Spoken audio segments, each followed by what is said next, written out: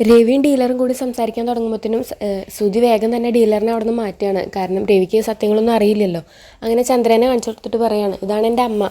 അമ്മ വലിയൊരു ഡാൻസറാണ്, സ്വന്തമായിട്ടൊരു ഡാൻസ് സ്റ്റുഡിയോ ഒക്കെ ഉണ്ട് എന്നിങ്ങനെ പറയും കേട്ടോ. അപ്പോൾ ചന്ദ്രൻ പറയും, ആ വലുതാണ് എന്ന് പറയും കേട്ടോ.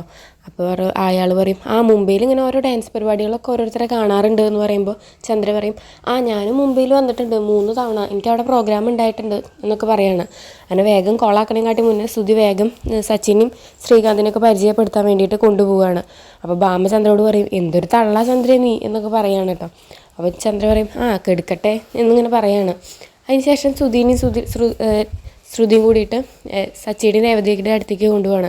അങ്ങനെ സച്ചിയോട് രേവതിയോട് ഇങ്ങനെ അയാൾ സംസാരിക്കുമ്പോൾ സച്ചി പറയും, ആ എനിക്കിപ്പോൾ 50 കാറുകളുണ്ട്, ഈ വർഷം തന്നെ ഒരു 30 കൂടി വാങ്ങും, പിന്നെ കേരളം മുഴുവൻ ഞാൻ എൻ്റെ ഔട്ട്ലെറ്റ് തുടങ്ങും എന്നൊക്കെ പറയാണ് കേട്ടോ.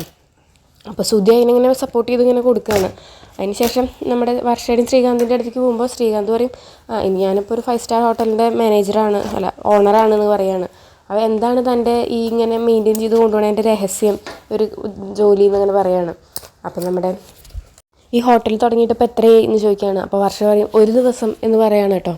അപ്പോൾ നമ്മുടെ ശ്രീകാന്ത് പറയും, ആ എല്ലാ ദിവസം ഞാൻ കട തുറക്കുമ്പോഴും 1 ദിവസമായിട്ടേ ഉള്ളൂ, ഒന്ന് പുതിയ ദിവസമാണ് എന്നാലോചിക്കുമ്പോൾ എനിക്കത് നല്ല രീതിയിൽ ചെയ്യാൻ വേണ്ടിയിട്ട് തോന്നുന്നു എന്നൊക്കെ പറയാണ്.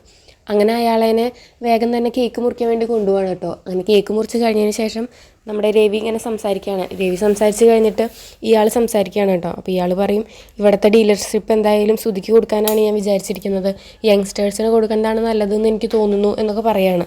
അതൊക്കെയാണ് ഇന്നത്തെ എപ്പിസോഡ്.